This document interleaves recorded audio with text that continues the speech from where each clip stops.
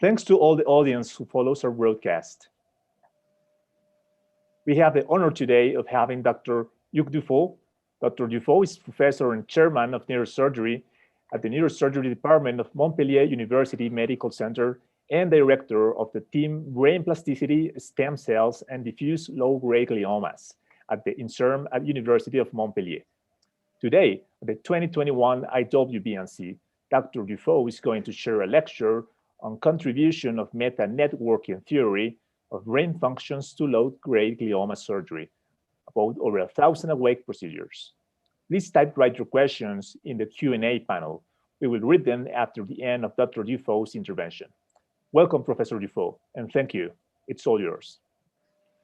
Thank you for your kind invitation and giving me this opportunity to share my 25 years experience in this field of awake mapping for low-grade glioma surgery based on a better understanding of the connectome. I will not insist on the fact that for a long time, many neurologists and neurosurgeons thought that localizationism was the absolute truth regarding brain processing. And finally, definitely, we demonstrated that localizationism should be burned, which is very important for patients with this kind of tumor, because that means that, of course, they can have a very important invasion of so-called eloquent areas, especially here, the left frontal lobe with the involvement of Broca's area without any troubles. And this means also that thanks to mechanisms of neuroplasticity, it's possible to achieve a very extensive resection of these tumors and to preserve the quality of life, or even to improve the cognitive assessment of patients thanks to postoperative cognitive rehabilitation. So we have, first of all, to understand brain processing, to be neuroscientists, to participate in the elaboration of new model of connectome, because we are connected to the brain. It's our responsibility as neurosurgeons, and we have not just to remove the tumor. With 25 years of follow-up, I can say really that we increased both survival and quality of life. And to achieve this goal, first of all, we decided to do earlier surgery, even in incidental low-grade gliomas. So definitely no wait-and-see attitude for more than 20 years in my experience. Second, maximal resection, and I will reintroduce the concept, of course, of supratotal resection, because we know that there are tumoral cells beyond what we can see on preoperative MRI. And third, safe resection. Definitely, we have to better understand the connectome of this patient at that time, and then to do a maximal resection according to the functional boundaries in the vast majority of cases in patients who are young, who enjoy normal life, who work full-time, and nonetheless with some seizures, allowing the discovery of this tumor, which is not benign. I'm sure you have understood that now this low-grade glioma will become high-grade in all cases, and finally will kill the patient. Be objective by doing an extensive cognitive assessment before any treatment at diagnosis, and then you will see that patients are not so well. And of course, it's impossible to adapt the intraoperative mapping and the postoperative cognitive rehabilitation if you have not understood that before surgery, these patients had already some degrees of cognitive deficits. These deficits are not related to the lobar location of the tumor, Broca's area, Wernicke's area, and so on. They are related to the invasion of the white matter tract, because the connectivity in the depth is the limitation of neuroplasticity. We have to understand that, especially as neurosurgeons. And of course, when the neuroplastic mechanisms are totally overcompensated, then that means that the patient will have seizures. Very quickly regarding the oncological issues before surgery, you have understood that, of course, if the tumor is bigger, then the prognosis is worse, because the risk to have malignant transformation is higher. So that means in practice that our goal is to decrease the volume and then to decrease the risk of malignization. Of course, if a tumor is growing faster, then the prognosis is worse. It's just an evidence. But the reverse is true. If a tumor is growing slowly, the prognosis is good.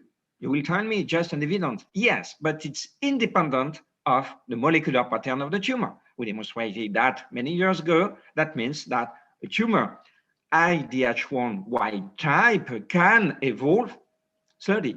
And just now we say, so the prognosis is good. So we have not to give, in all cases, adjuvant treatment like chemotherapy or radiotherapy according to the molecular biology, which is just a part of the story.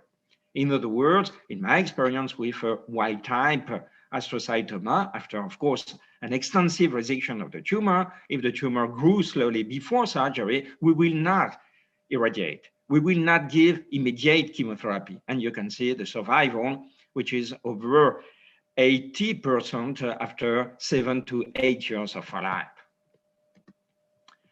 When I started, when I was younger, the median survival, especially by applying the wait-and-see concept, just a biopsy, just a small resection, chemoradiotherapy, and so on, was 6 years to 7 years. Now we decided to be objective by doing volumetric assessment of the tumor, not only before surgery, but also after surgery. And that's crazy because it's not done in the vast majority of trials. So that means that evidence medicine forgotten to take into consideration the most important parameters in low-grade glioma, namely the extent of resection.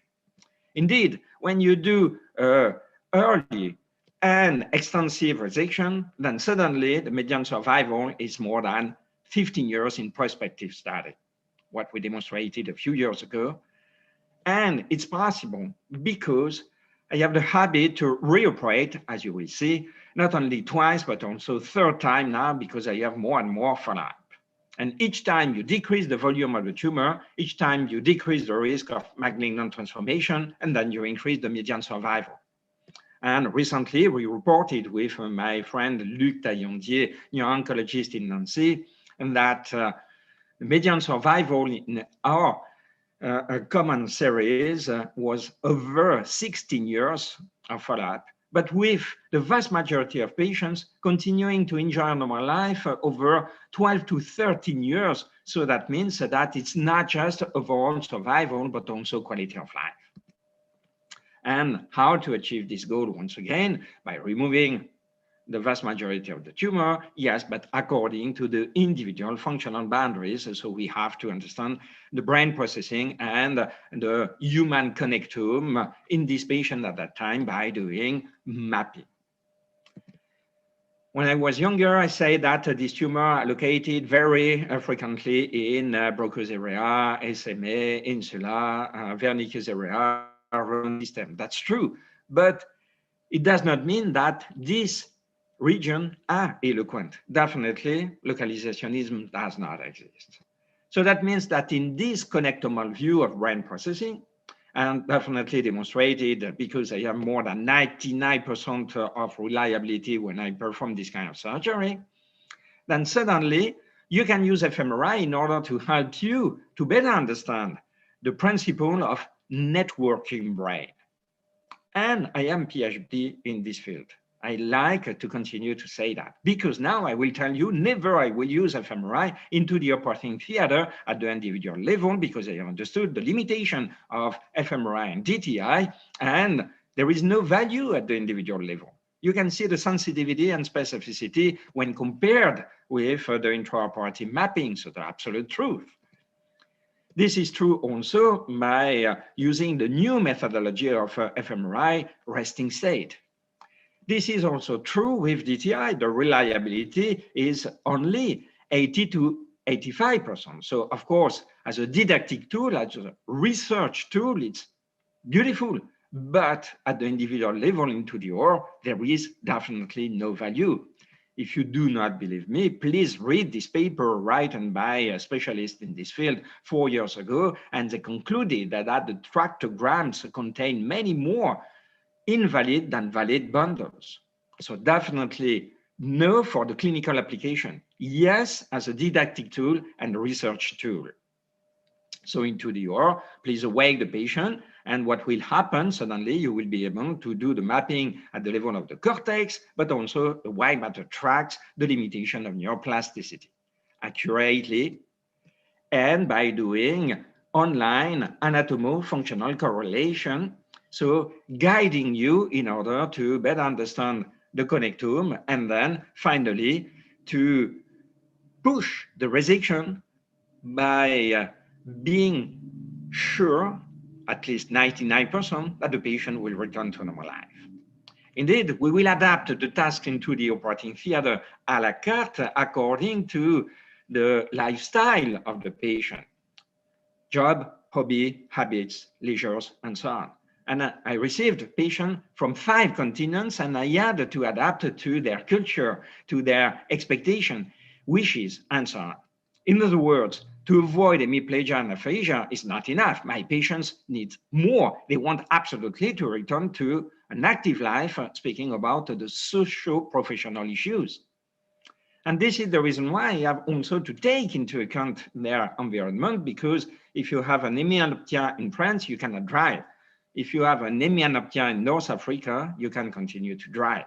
So the medical legal issues are not the same. I gave recently a talk in New York, and I said, you will have some problems. I know that. To rehabilitate your patient following surgery, because socio-economical parameters, namely, they are not reimbursed, while in France you are reimbursed, and then you can increase the level of recovery regarding the cognitive functions. Definitely also, we have to take into account the connectivity in the depth, the projection fibers, the association fibers, when you will push the resection until these white matter tracts. I published recently a paper in Acta Neurochirurgica in order to explain to neurosurgeons that whatever the lobar location of the tumor, here, as you can see in so-called Broca's area, here in the parietal lobe, here in the temporal lobe, whatever this location, you should be into the contact of the dorsal phonological pathways at the end of surgery, and then to induce some phonological disorders when you will stimulate. So you will not do a specific battery of tasks according to the lobar location, because in all cases, you will be into the contact of the same connectivity. So this is the reason why in my operating theater for more than 20 years, so definitely I would not use technology, because I know that technology does not work with 99% of reliability. No microscope, no DTI, no fMRI, no neuronavigation, no intraoperative MRI, no robot. You can do it everywhere in the world. Nonetheless, with your knowledge of the functional anatomy of the brain, the collaboration of the patient, and a good team. This is the reason why I cannot understand why neurosurgeons continue to speak about dominant hemisphere and non-dominant hemisphere. I need both hemispheres in order to operate an insula while I am right-handed. Of course, we have also to wake the patient in the so-called right non-dominant hemisphere, because this hemisphere is critical for complex movement, not just to avoid to be hemiplegic, to be a surgeon, to be a golfer, to be a pianist. Spatial cognition, to drive, social cognition, to continue to have normal relationships with the environment and others. Executive functions, working memory, multitasking, but also your personality, your emotional processing. How do you want to map it under general anesthesia? Be honest with your patients by telling, I will not do that, but I will not promise that you will return to a normal life. I will just avoid hemiplegia. Okay. And you will tell me you think that really you can monitor these kind of functions into the OR. And I will answer you, of course, I know that we can do it, because we did it for more than 15 years by asking the patient to do 2 tasks simultaneously, by introducing semantic association task, but also mentalizing task, namely theory of mind. And then based on these observations, we published already 7 years ago in Brain the fact that Broca's area does not exist, and we proposed a new model of connectivity of language. And finally, recently, I was so amazed by the fact that many neurologists published a paper in 2021 in Brain to explain that Broca's area was not the area of speech production. Really, what a scoop. And we published a reply by telling neurosurgery say that so far before. So that means that you will adapt the tasking into the OR according to the expectation of patients. For instance, the patient is a mathematician, you will introduce a task of calculation in addition to movement and language. The patient is a dancer, you will introduce a line bisection task, even in the so-called right non-dominant hemisphere, and so on and so on. But in all cases, we are human beings. Neurosurgeons have difficulties to accept that we are, first of all, emotion. It's true for us, it's true for our patients. So we have to monitor mentalizing, emotion, social cognition, theory of mind. You can use the word you want, but it's possible. And it's possible not only definitely at the level of the surface, but also the white matter tract. If I speak about the posterior limb of the internal capsule, and if I cut it, I'm sure that everyone will understand that patient will be hemiplegic and will never recover. But it's not enough. If you are a pianist, as I say, if you like sport, if you want to continue to operate by yourself because you are a surgeon, and I operated on many surgeons in my life, then we have to preserve a network involved in coordination, motor control. And it's true at the level of the cortex, but also the white matter tract by understanding that we have to monitor the frontostriatal tract and the frontal astron tract into the white matter tract. Except if the patient tells you, it's not really an issue for me, and I want to live longer, and it's not really a problem if I am not hemiplegic, but if I cannot play piano. Okay, so you adapt really the extent of resection according to the needs of the patient. Same thing regarding the somatosensory feedback. You cannot monitor the somatosensory reaction, but also the bodily awareness in a patient under general anesthesia. And if you have this kind of problems, the patient will have some difficulties to run, for instance. Once again, if you induce hemianopia in France, and I'm sure in many countries, you cannot drive. So you cannot say just my patient is well because speaking, talking, and moving. No, he wants to enjoy a perfect normal life. This is true in the right non-dominant hemisphere, speaking about how to avoid hemi-neglect by preserving the part 2 of the superior longitudinal fasciculus. Never the neuronavigation will give you this kind of information because it doesn't know that. You have to know by yourself that. Same thing regarding the dorsal pathway. Definitely, Broca's area is not connected to Wernicke's area, but mainly to T2 and T3. So when you will stimulate, you will induce conduction aphasia. So the patient should be awake, whatever the location of the tumor. We have seen that previously. But there is a ventral semantic pathway. Once again, if you operate a tumor within the frontal lobe, the insular lobe, the temporal lobe, you have to weigh the patient because you will be into the contact of the IFOF in the end, and you will induce semantic paraphasia. And at that time, even if there is a residue, according to your beautiful intraoperative MRI, you will say, and so what? I will not cut the IFOF because the patient would like to return to a normal life. Same thing regarding the ILF, the inferior longitudinal fasciculus. You have to know that it's critical for reading in the posterior part and involved in naming in the anterior part, but it could be compensated thanks to the IFOF, explaining why you can cut the anterior part of the ILF, the temporal lobe, and the uncinate with a compensation by the direct semantic pathway, and the patient will nonetheless recover after a very extensive left temporal lobectomy, for instance. But the price to pay will be to have an increase of reaction time regarding the lexical access. And you have to say that to the patient, to be honest with him, her, before surgery. And then he will decide if you can push this resection according to his expectations. You have not to decide for him if we can live with an increase of reaction time. You have to ask him. In the right non-dominant hemisphere, I have the regret to tell you that if you cut the right eye off, you will induce semantic disorders. You will tell me, yes, I have many patients. I did that. The patient is moving and speaking. Yes, but the patient has cognitive disorders regarding semantics. So it could be a problem to return to normal life. Same thing regarding definitely mentalizing. What means in practice, you have to ask to the patient to recognize the emotion expressed by faces, eyes in front of him or into the ear. When you will stimulate patient, if at the level, of course, of the network involved in the mentalizing, will have some disorders like telling this is happiness for sadness. And this is true at the level of the cortex, but also at the level of the right non-dominant, I4, right non-dominant cingulate, and so on.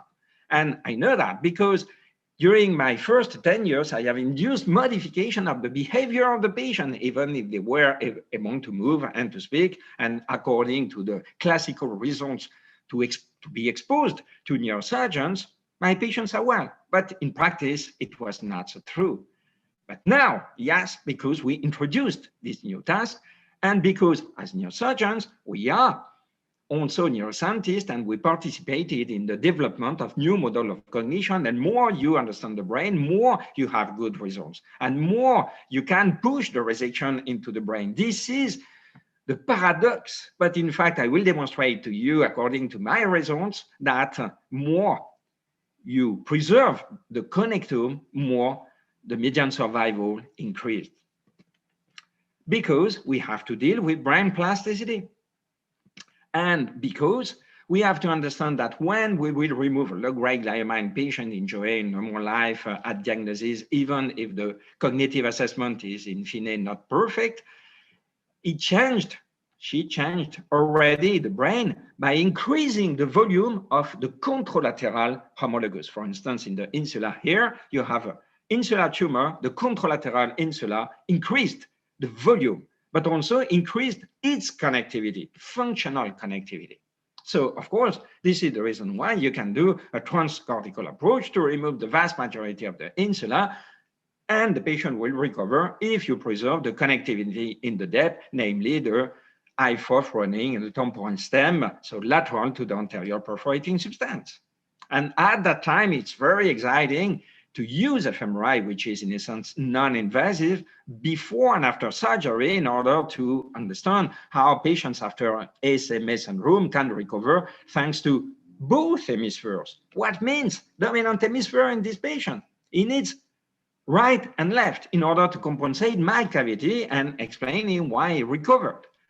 But now, remember, I told you I can increase the median survival. It's not my imagination anymore. Now I demonstrated that by doing a second and a third surgery, knowing that in the meantime, there were some mechanisms of additional neuroplastic potential occurring between both surgeries. Here, the knob of the hand, and finally, I was able to remove the vast majority of the precentral gyrus, but of course, by preserving the connectivity in the depth, and you can see the results in a patient able to play guitar, or the vernicose area with still eloquent cortical areas during the first surgery. I said, okay, I will wait.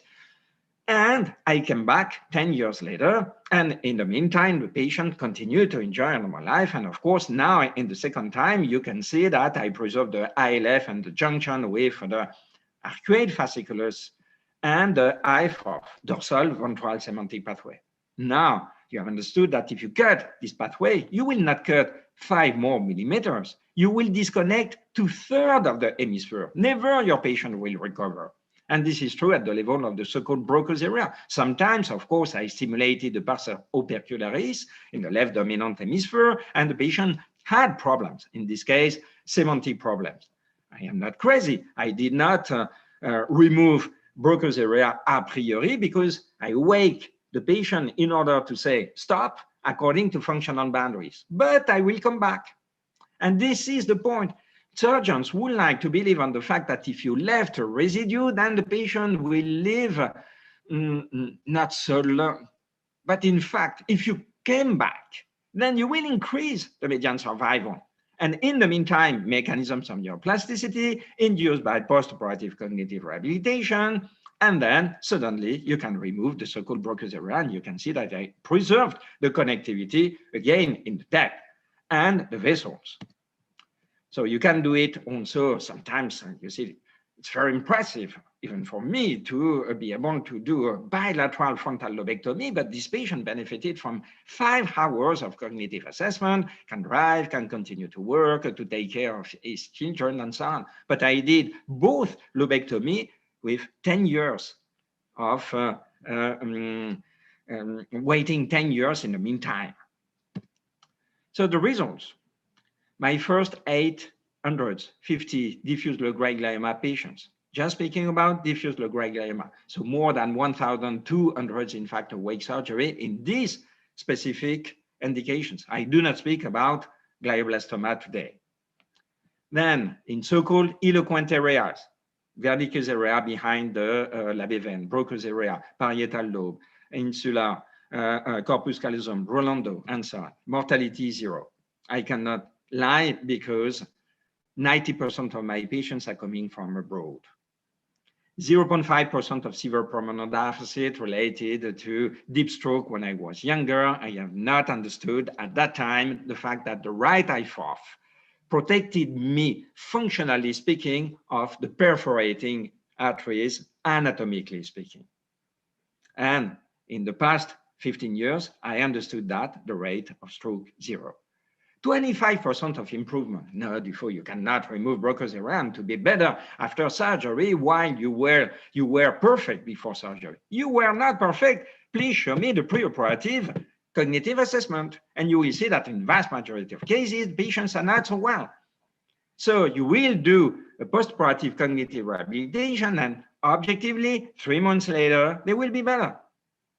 Plus 80% of positive impact on epilepsy, especially if you remove beyond what you can see on the MRI, because you have understood that epilepsy in low-grade glioma is not related to the core of the tumor, but the periphery. So more you remove, more you will increase the median survival by avoiding malignant transformation, more you will avoid or control seizures. So there is no dilemma. You will increase both quality of life and median survival. And now I will publish paper very recently in a journal of neurosurgery very soon. I mean, not yet published, but with, for the first time in the literature, a subgroup of low-grade glioma operated on first time, second time with mechanisms of neuroplasticity, third time with new mechanisms of neuroplasticity. So each time I increase the median survival by increasing the extent of resection, while preserving the quality of life. And you can see the median survival, almost 18 years.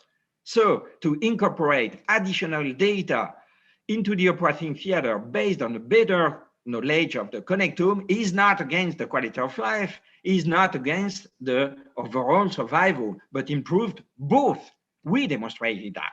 In the whole series, median survival is 17 years.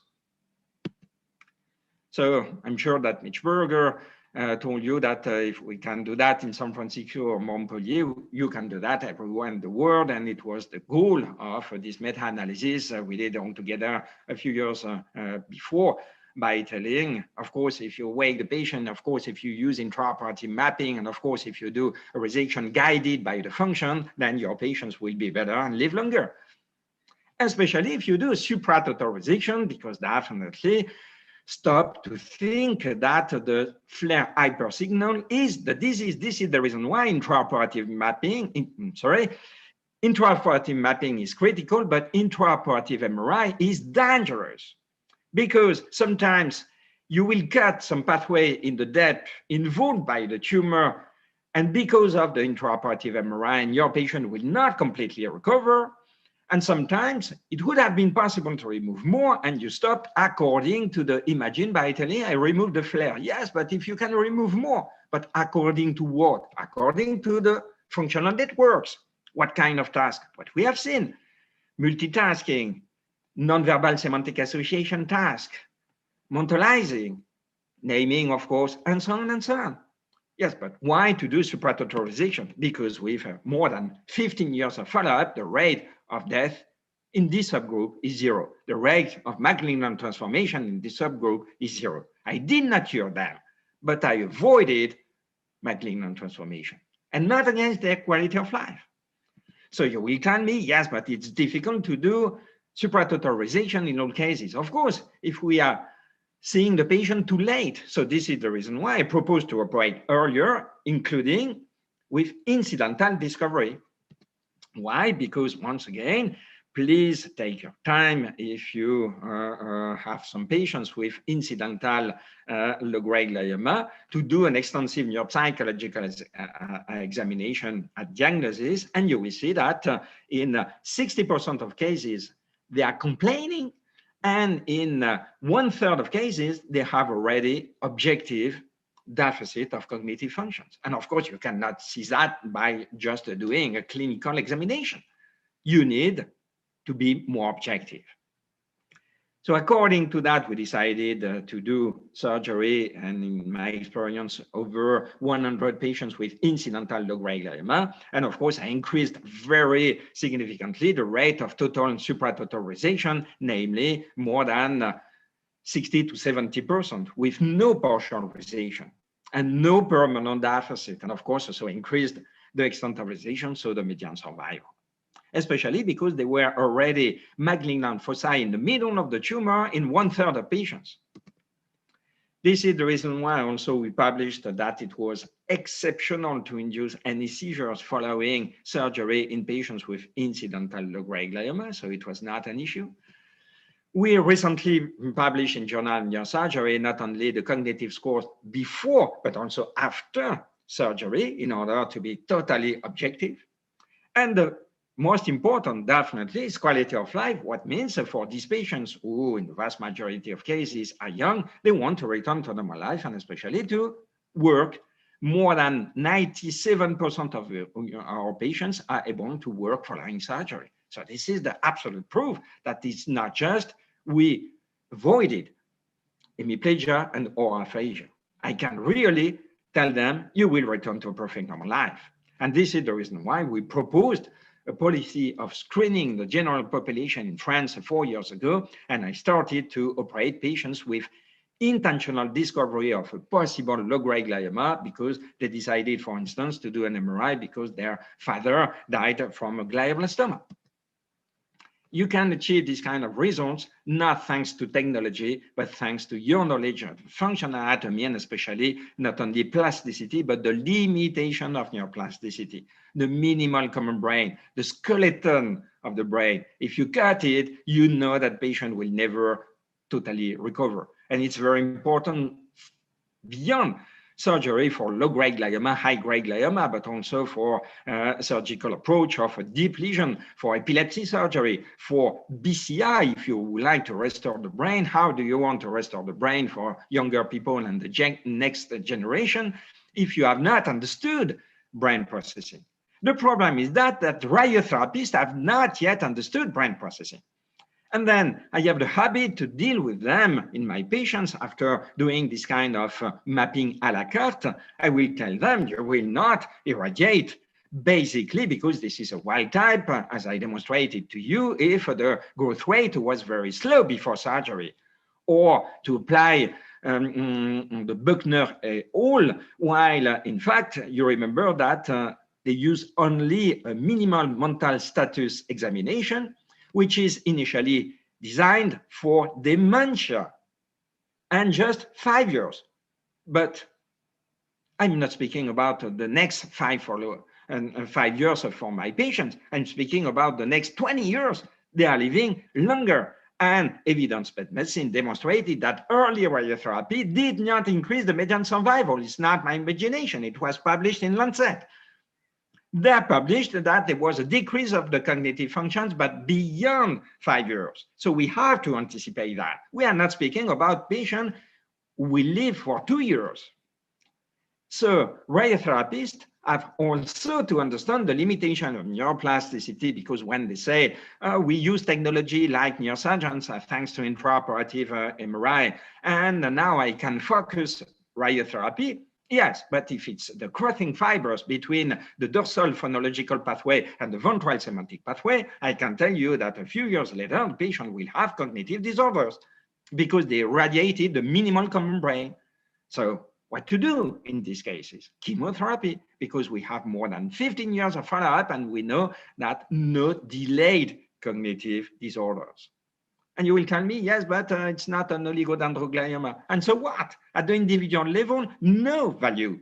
You can see here, it was a beautiful shrinkage in an astrocytoma, wild type. And then it gave me the opportunity after this shrinkage at the level of the minimal common brain to reoperate and to do supratotal resection and to increase the median survival while preserving the quality of life. So we proposed another organigram with my friend Luc Layandier by telling, please operate earlier, maximally, according to functional boundaries, induce plasticity by doing postoperative cognitive rehabilitation, come back, you cannot cure them, come back a third time if you can, otherwise do chemotherapy regardless of the molecular pattern of the tumor. And finally, we will irradiate, but in my experiences, in the vast majority of cases, after 10 to 15 years. So definitely, it's not against the quality of life of the patient, but it's not against the median survival. Show me in the literature a paper demonstrating more than 16 years of survival. And I will be a little bit more provocative, even if there are some foci of malignant transformation, I mean 3 or even 4, but just in the middle, of course, of the tumor and not everywhere. And if you did a complete resection, and if the tumor grew slowly before surgery, in these cases, and we published this paper 1 year ago in Urology, the 5-year survival rate with only surgery and not postoperative chemotherapy, and of course no radiotherapy in order to preserve the quality of life in the next future, you can see 95%. Typically here, it's really high-grade glioma. You can see the enhancement. I did the surgery almost 20 years ago. No chemotherapy, no radiotherapy. I did a second surgery 4 years ago. At that time, according to the new classification, it was a low-grade glioma, while it was a high-grade glioma 20 years ago. But of course, it was just a focus. No chemo, no radiotherapy. I'm not crazy. We can change radically the natural story of the disease by preserving the quality of life of patients. And definitely, I will reinsist, our responsibility is to participate actively in cognitive neurosciences by proposing new model of cognition, because we are the soul to be directly connected to the brain. fMRI and DTI are beautiful, but this is not the truth, just biostatistics. We are the truth. We are into the contact of the truth.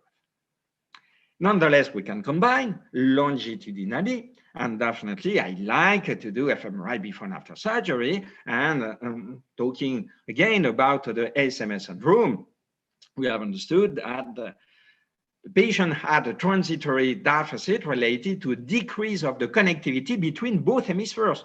Once again, what means dominant hemisphere? We need both for this patient to recover. And then with a re-increase of interhemispheric connectivity, the patient recovered. And it's true for movement, but also for language. Beyond that, it's necessary when you remove a part of the language network for the rest of the language network and the preservation of the deep connectivity, of course, to be more connected to other networks, especially involved in cognitive functions, such as working memory, attentional processing, and mental flexibility. This is the message of this slide. So interactions between networks, network of networks, meta-network. And this is critical in order to preserve higher cognitive functions like attentional processing, like knowing of knowing. In other words, in order to give you the opportunity to know what you would like to be, to do within the next 10 years and not just tomorrow. And to do that, you need, of course, to have more abstraction in your brain. If it's true for us as human beings, otherwise you cannot make long-term project. It's true for our patients.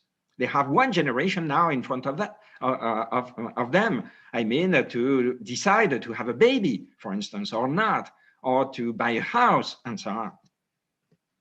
So recently, we reported in scientific reports a new task we introduced into the OR without increasing the number of stimulation, without increasing the duration of stimulation, 4 seconds, without increasing the median duration of surgery. And the goal is just for the patient to evaluate if he thinks his answer, her answer was good or not. 1, I don't know, 6, I'm sure. And so sometimes the patient, when you stimulate, can tell you happiness for sadness, for instance, 6. So he was not able to recognize that he made a wrong response. So that means that you cannot enjoy your normal life because you are anosognosic. To help younger people, we model the sole functional atlas in the literature, cortically and subcortically speaking, regarding the real function and the critical networks. And this is the reason why we published it in Neuroimage and not in Journal of Neurosurgery, because it's also valuable for neuroscientists. And that means that for neurosurgeons, if you have this atlas in your mental imagery, you know the minimal common brain.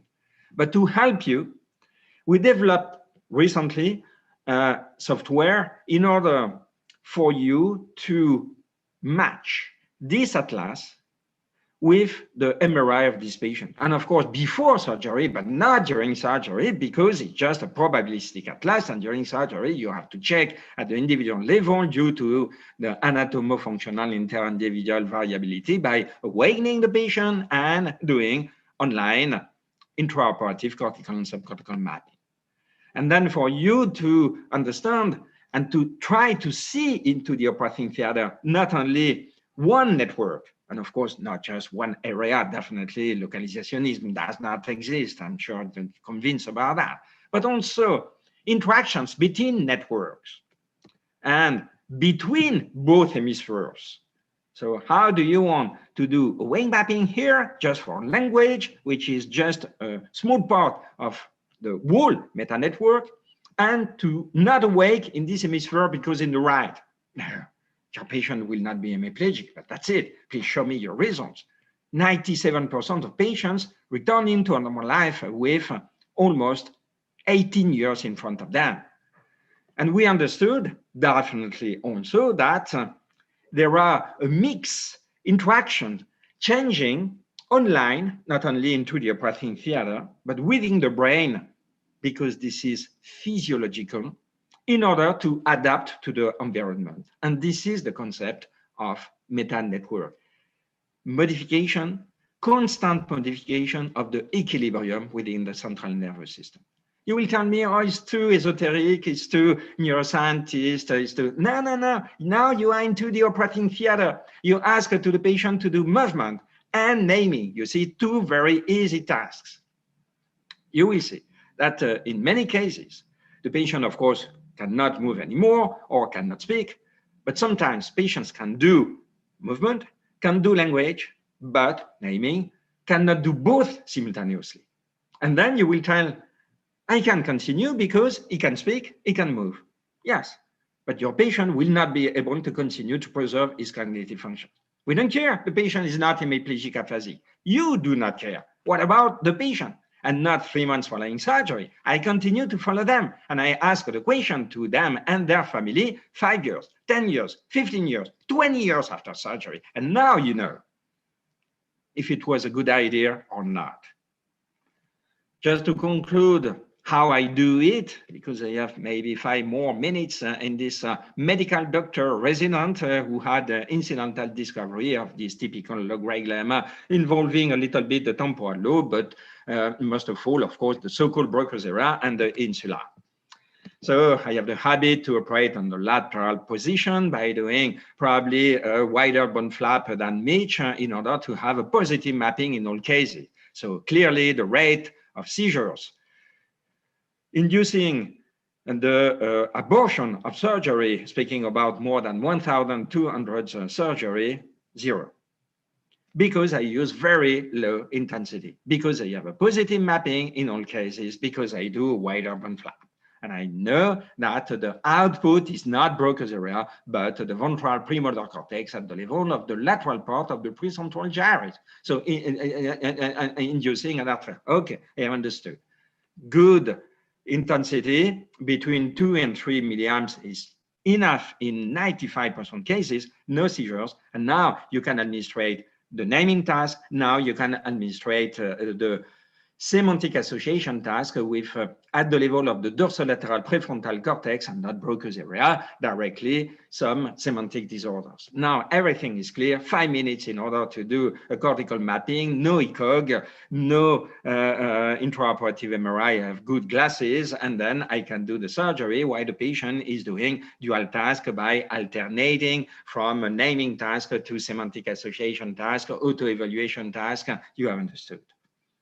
So you have to go fast, and you will see that I will not coagulate anymore, except at the level of the cortical surface, because I knew that it was a true negative mapping, because here it's a positive mapping. And now I will do a subpial dissection without any coagulation. So no split of the Sylvian fissure in my experience, because I am not a vascular surgeon, I am brain surgeon. So I have to remove brain tumor, so I will go to the brain. I will do a subpial dissection without microscope, so no coagulation because no bleeding. You put a cotton, you put Surgicel, it's enough in 99% cases, including high-grade glioma, because in a high-grade glioma, I do a lobectomy around the enhancement and not doing a debulking within the enhancement.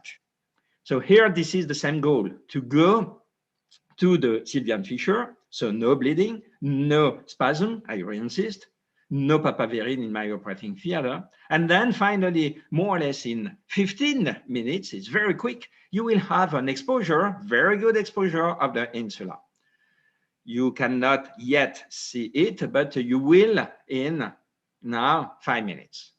Of course, I refer all the tumor, the whole tumor to the lab. So that means that I'm not against a neuropathological examination, molecular biology, and blah, blah. Simply, it's one parameter, not the absolute Bible. Now you can see the surface of the insula with the cortex, with the superior circular sulcus. And what I will do is to put the retractor at the level of the insular surface in order to do subpial resection from inside. So that means that, once again, no direct contact with the vessels. The vessels are protected by the pia mater and within by retractor. And of course, what will be the danger by doing that? The deep connectivity. And because I will be in fine into the contact of the temporal stem in the end, so the IFOF, so I will induce semantic paraphasia and I will stimulate at that time. You can see that I do not coagulate, but I do not stimulate. Why to stimulate? The patient is giving you the absolute truth because he's continuing to do the tasks online. And I know where is the IFOF. The IFOF cannot be above the insula, of course, in essence. So you have, first of all, to remove the insula, what I do now in front of you, without microscope, without bleeding, just with a retractor. And now be careful about the ventral semantic pathway. If you don't know your functional anatomy, you will be lost. If you know it, you will stimulate. Semantic paraphasia, okay, I will stop it. Yes, but maybe there is a residue. Of course, there is a residue in the anterior perfecting substance, but I will not cut the IFOF because this guy is a medical doctor and he told me I want to continue to enjoy perfect normal life. Okay, I have understood. So subcortical stimulation, semantic paraphasia. Okay, I have understood. I reached the functional boundaries. I have understood the connectome of this guy at that time. So I will stop. Post-operative MRI, I removed the so-called Broca's area, which does not exist. I was really into the contact of the lateral part of the lentiform nucleus and the IFOF at the level of the extern capsule. And of course, I left a small but objective residue, which was expected at the level of the anterior perforating substance because this patient is now a medical doctor. So the conclusion is very easy. If you know the brain, you can operate the brain beyond low-grade glioma. But speaking about low-grade glioma with 99% of reliability, you can triple the median survival. You can give them 1 generation. So please be connected to the connectome and forget technology. Otherwise, you will have a risk to be addicted, especially for younger people. Because if you start to use systematically in your navigation or intraoperative MRI, one day it will be broken and you will not be able to operate. So now you have the choice just to be an oncologist by removing a tumor and referring the patient to your oncologist and that's it, or to take care of the patient, of a human being, by understanding his, her connectome and giving him, her the opportunity to enjoy a perfect normal life for 1 generation. So if I can do it, you can do it. Please be, first of all, a neuroscientist. And it's very easy after that to operate the brain and to remove a tumor. Thank you. Thank you very much for such a wonderful lecture. It was truly enlightening and enthusiastic, Dr. Dufault. I am sure all the audience has learned from your robust experience. Right now, we have a few questions from the public. Dr. Benavides from Colombia, what do you think about the frontal aslant tract? Is it possible that it be resected? Of course, you can resect what you want, but you will induce a decrease, a slowness of the initiation for speech. And sometimes you can induce a stuttering. I mean permanent stuttering, because I cut when I was younger, 20 years ago, the fat. I didn't know that it existed. It was not yet described. And one patient was able to live 16 years, but with stuttering after my surgery. So once again, you have just to ask to the patient before, can you accept to have a slowness of articulation? Maybe stuttering. Yes, I want to see my children growing, please cut it. Perfect, I will do it. No. I am in the marketing, I have to speak very fluently. Please don't cut it. Okay, I will not cut it. You will tell me you will leave more tumor. Remember, the fat will be compensated because running from the SMA and the ventral premotor cortex, and then the SMA will be compensated finally by the contralateral hemisphere if you left a residue, and you will come back 5 to 10 years later to remove more tumor to have exactly the same results regarding the median survival, or even better. And in the meantime, you know what? Your patient enjoyed perfect normal life. So my answer is, it depends. Thank you, sir. There's another question from Dr. Ramirez of Colombia. What considerations do you have regarding the type of stimulation, monopolar versus bipolar, and frequency during brain mapping? I don't care. The most important is the cognitive monitoring. If the patient is still able to move, to speak, to auto-evaluate and so on, you're sure that everything is okay. And in the vast majority of meetings, the question is monopolar, bipolar, indeed high frequency, low frequency. I don't care. I was trained by George Hirschman. I have seen 25 years ago in Seattle, 60 hertz, like Penfield. Bipolar, stimulating the ventral premotor cortex in all cases. Okay, understood, I will do it. I changed nothing for 25 years. And finally, so many papers dedicated to the electrophysiology.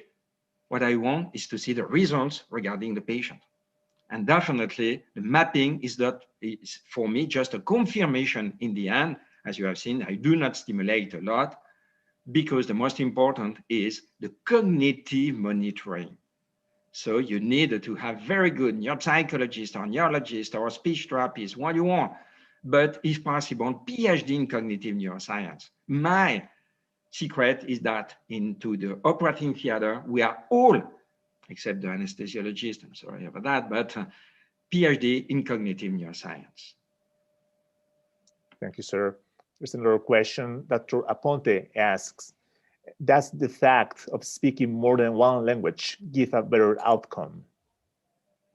No, we published a paper, if you want, Journal of Neurosurgery past year, and we reported translation in 18 different languages, of course, not in the same patient, because I operate a lot, as I said, patients coming from abroad. And the results are more or less the same, at least regarding the return to normal life. And we based our results on the return to work.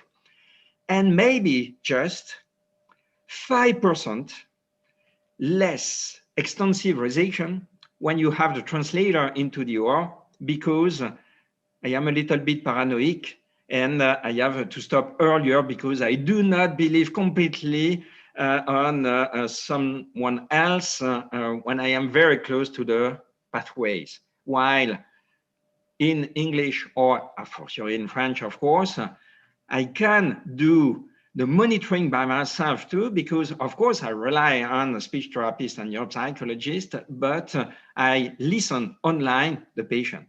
And finally, it's a potentiation for me because, okay, no problem, I can continue. Semantics, I know, I am not so far from the dorsolateral prefrontal cortex when the I4 is running into this part, I have to stimulate, or and so on and so on.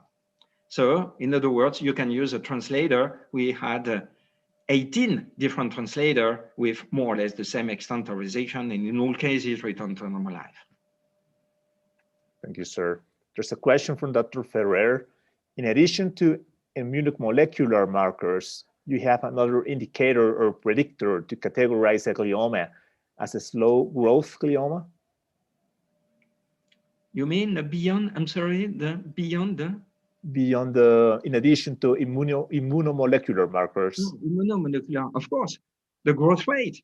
Definitely, I calculate the first volume when you make the diagnosis. Then I will do a second MRI before surgery, the day before surgery. And in the meantime, you had several weeks. It's not an emergency, it's only to operate low-grade glioma. In the meantime, the patient should accept to be awake. And in the vast majority of cases, they are telling yes, but they have to be motivated to digest that and not just to be passive. So answering the classical question, meaning, is it so frequent for your patient to be motivated? Yes, in 99% of cases, because they have time to think about that. In the meantime, they have cognitive assessment, they have fMRI, nonetheless, at least for research and so on.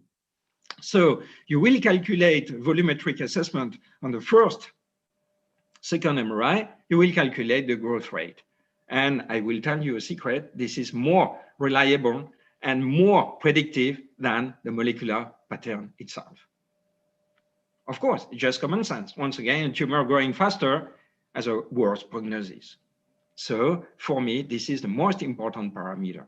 And of course, if a tumor is growing faster, I will take into consideration the molecular pattern to give postoperative chemotherapy alone or chemotherapy plus radiotherapy.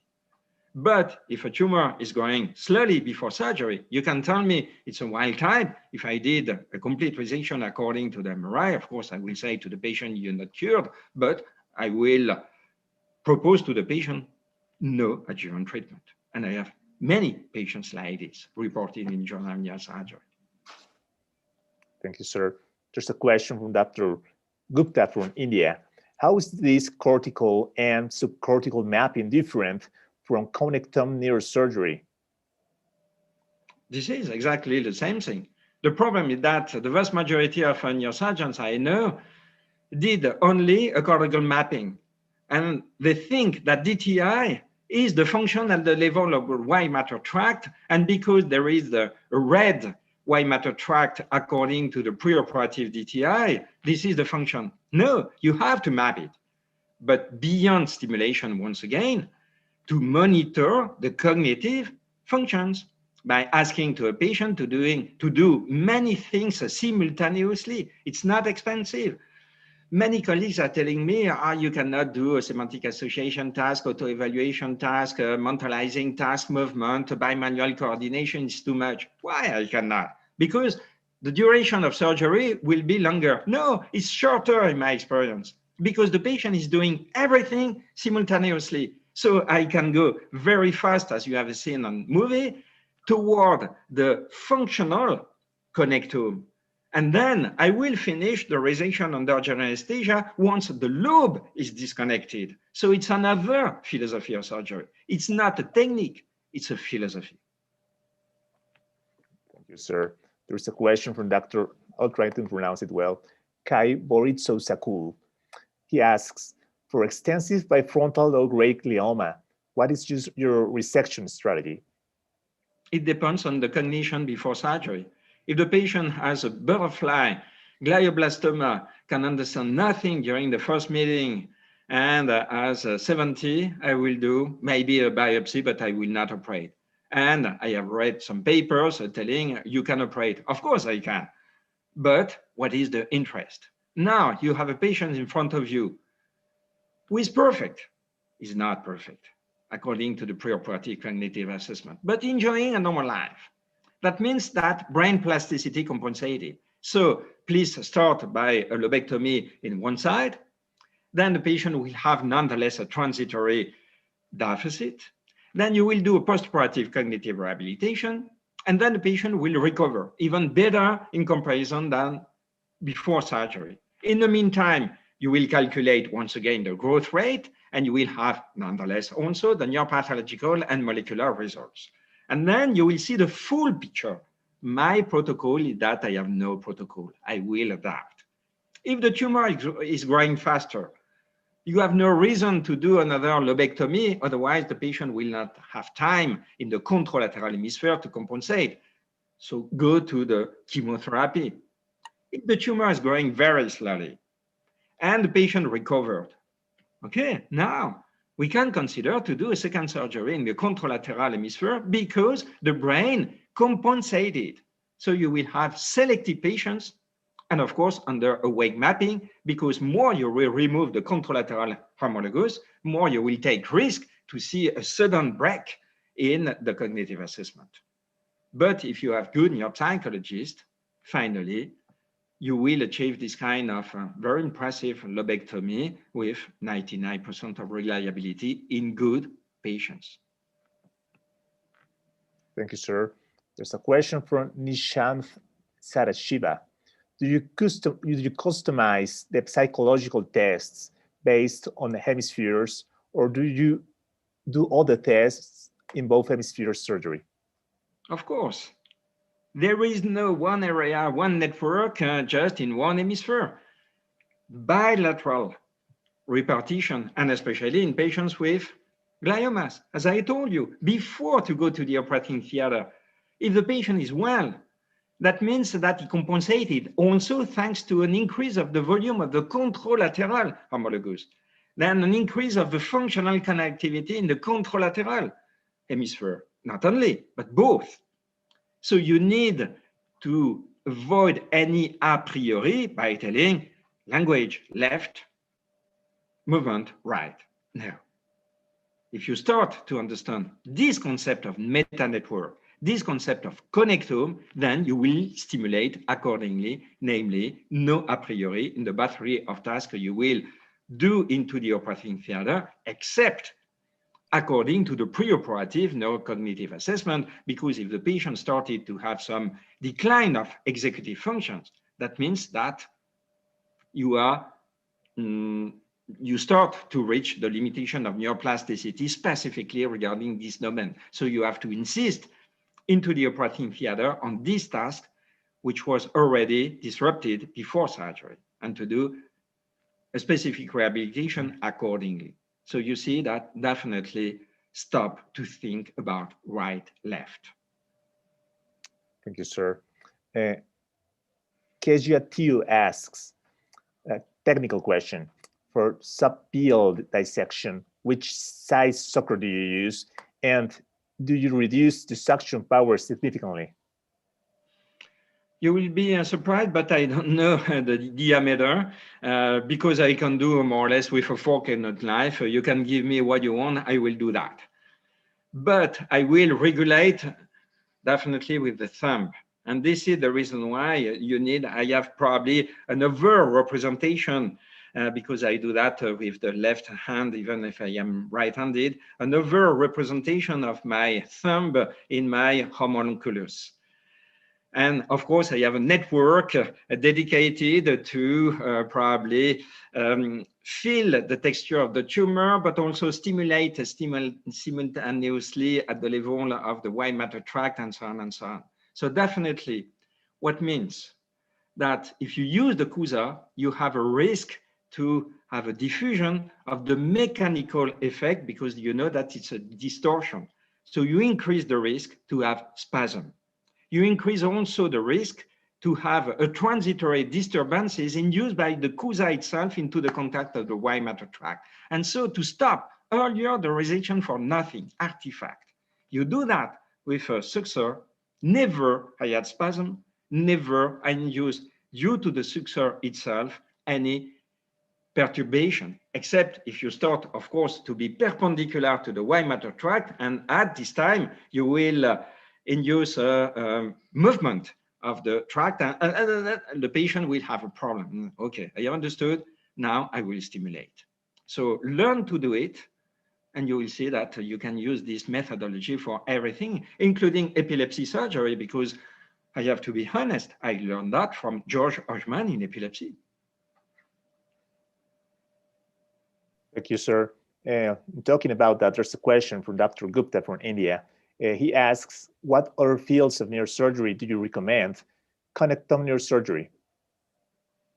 In what other fields of neurosurgery would you recommend connectome neurosurgery? Brain surgery, as I said, high grade, low grade metastasis surgical approach to the ventricle, to a deep cavernoma. If you have a cavernoma in the so-called left dominant hemisphere, you understood it does not exist, but very near the ventricle, you have to know that you will cross at least 7 layers of white matter tract without any plasticity before, because not invaded by a tumor. So if you just follow the surgical approach according to the your navigator, you have a risk to induce very important deficit. It's true for epilepsy surgery. Definitely, I learned from George, who was an epileptic neurosurgeon. You can also use it, as I said, for BCI, brain-computer interface, because to my opinion, the future of neurosurgery is restorative neurosurgery. How do you want to restore the brain if we have not understood the connectome? I continue to see sometimes paper with a beautiful technology, beautiful engineer, in BCI, but they put just one probe at the level of the primary motor cortex. They understood nothing. There is a network. So they have to put probes everywhere in order to resynchronize the network. So you see that brain connectome, if neurosurgeons are not able to deal with it, to my opinion, I'm sorry, they have to put screw in the spine. Okay, sir. So there's another question. Do you think you will ever attempt memory task intra-op? It depends, because in the vast majority of cases, we speak about or working memory, so short-term memory with manipulation of items. And yes, you can use the end-back task, for instance, to name not the picture in front of you now, but the picture which was presented to you, to the patient, just before. So it's not a cat now, it was a dog. If we are speaking about the long-term memory, in the vast majority of cases, it's related to the fact that there is an involvement of the mesiotemporal structures. So definitely, if the patient has a glioma at this level and a fortiori seizures, I will not map the long-term memory, because I know that I will remove the mesiotemporal structures, because I need to do it in order to control seizures. And more you will control seizures, thanks to postoperative rehabilitation, and more you will remove tumor, of course, in order to give the opportunity for the patient to live longer, and more you will see a re-increase of the memory functions, especially thanks to the contralateral hemisphere, but also related to the executive functions themselves, because no seizures anymore and decrease of anti-epileptic drugs. So that means that in this specific mesiotemporal glioma, no, I will not map memory.